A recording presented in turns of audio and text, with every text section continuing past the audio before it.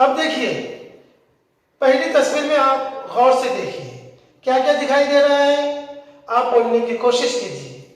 देखिए, शाळा, मैदान, खेळ, लंगडी, लगोरी, मुले, फुलझाडे, दोरी, उड्या, घसरगुंडी, खो खो, झोका, मुलगा, मुलगी।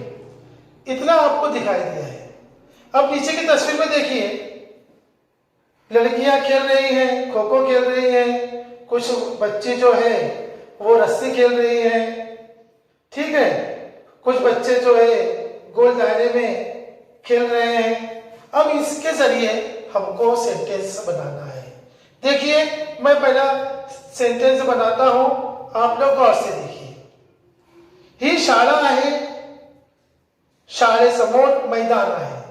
जो मैंने पहले लफ्ज कहा ना, शाळा, मैदान, अब मैंने उसको सेंटेंस में यूज किया। ही शाळा आहे, शाळासमोर मैदान आहे, मैदानावर मुले खेळत आहे,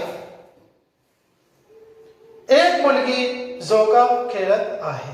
तो इस तरह से आपको छोटे छोटे सेंटेंस बनाना है। मैंने आपको इसका ऑडियो भी भेजा हो। ऑडियो में आप पूरा पैराग्राफ सुन सकते हैं और उसके हिसाब से आप तैयार कर सकते हैं।